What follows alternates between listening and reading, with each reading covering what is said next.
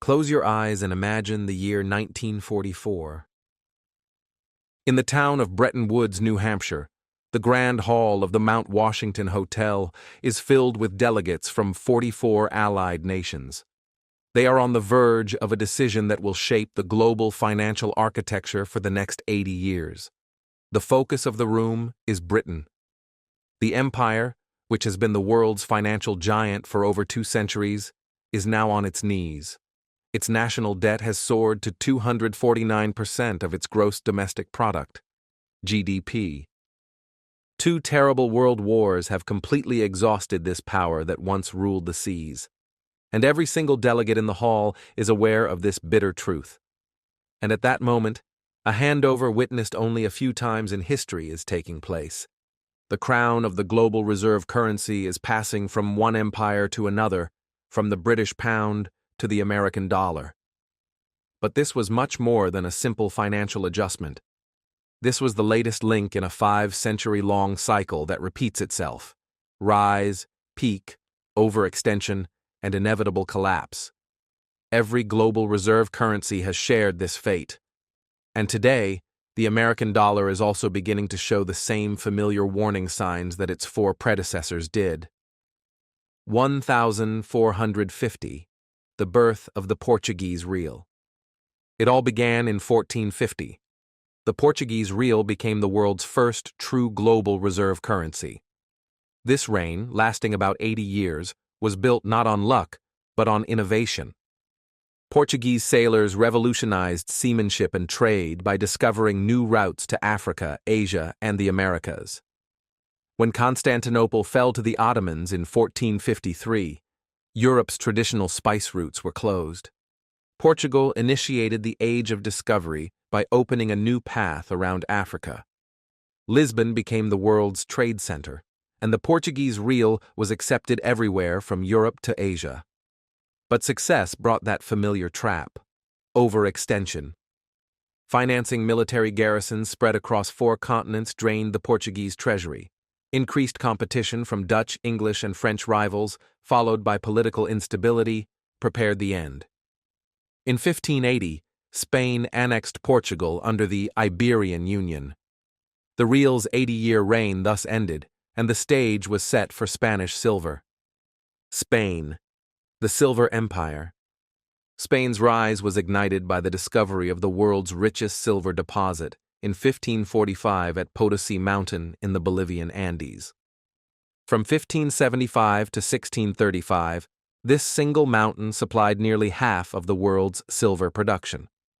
The piece of 8, minted by the Spanish in Potosí with a P on it, was the first truly global currency used with confidence between continents.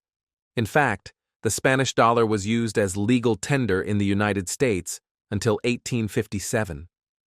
But that familiar cycle was on stage again: overextension and debt. King Charles I left his son, Philip II, a massive debt of 36 million ducats and an annual deficit of 1 million. Philip II failed to pay his debts and defaulted 4 times, in 1557, 1560, 1575, and 1596. The silver flowing from the New World led to unprecedented inflation. Prices quadrupled during his reign. When silver production halved during the reign of Philip III, the economy stalled, and Spain once again declared bankruptcy in 1607. With the dissolution of the Iberian Union in 1641, Spain's monetary power also became history. The Dutch Republic, the reinvention of finance. By the mid-1600s, financial power had shifted to Amsterdam. The Dutch guilder, built on trade and innovation, became Europe's de facto reserve currency. The Bank of Amsterdam established an extremely efficient and reliable system for international payments. Dutch merchants laid the foundations of modern finance. They created the world's first stock exchange, maritime insurance, and publicly traded company shares. From 1642 to 1720, for about 80 years, the guilder dominated more than a third of global trade. But the Dutch made the same mistake as their predecessors. Military overextension. The Fourth Anglo-Dutch War, 1780 to 1784, brought the country's financial end. The Dutch East India Company collapsed, and the stage was set for a new actor, Britain. Britain, the golden age of the sterling. From the 1720s to 1944, for over 2 centuries, the British pound was the longest reigning reserve currency in modern history.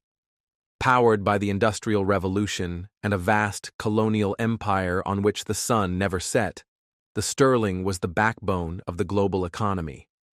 At its peak, over 60% of world trade was conducted in sterling.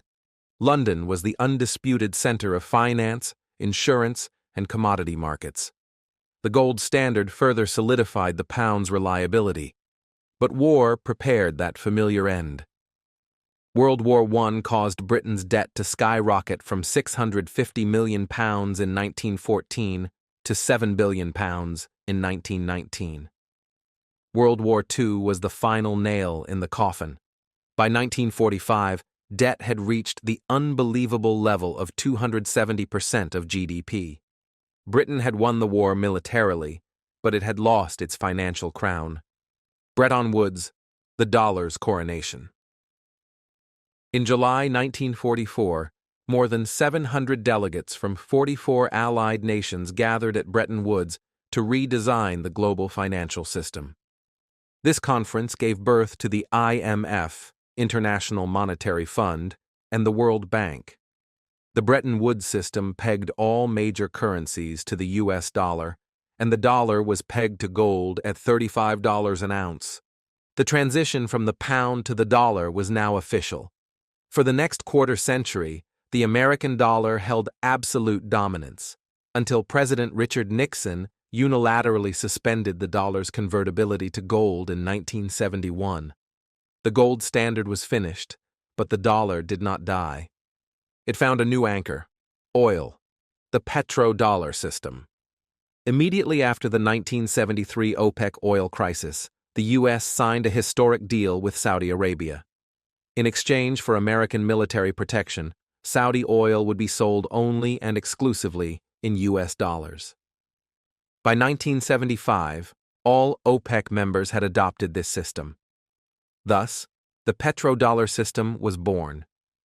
Every country in the world needed oil, which now meant every country needed dollars. This artificial global demand gave the U.S. the luxury of running massive deficits that would bankrupt any other country. For decades, this dominance of the dollar was unquestioned. By the year 2000, over 70% of all global foreign exchange reserves were held in U.S. dollars.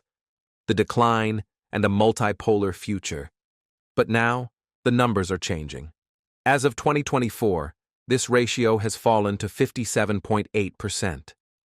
The share of U.S. Treasury bonds held by foreigners, which was over 50% during the 2008 crisis, fell to 30% by the beginning of 2025. De-dollarization, the process of moving away from the dollar, is accelerating. The BRICS bloc, now expanded to include countries like Egypt, Ethiopia, Indonesia, Iran, and the UAE, is working on alternative financial infrastructures that completely bypass the dollar. They are building a payment system called BRICS Bridge that will integrate with central bank digital currencies. Meanwhile, America's own balance sheet is under serious pressure. As of March 2025, U.S. public debt has climbed to $36.4 trillion, or in other words, 124% of its GDP. And the cycle begins once more. History's repetition: Portugal, Spain, the Netherlands, and Britain, they all lived the same scenario: rise, peak, overextension, and collapse. These cycles lasted between 78 and 220 years, with an average of 95 years. The American dollar has held this reserve status for 81 years.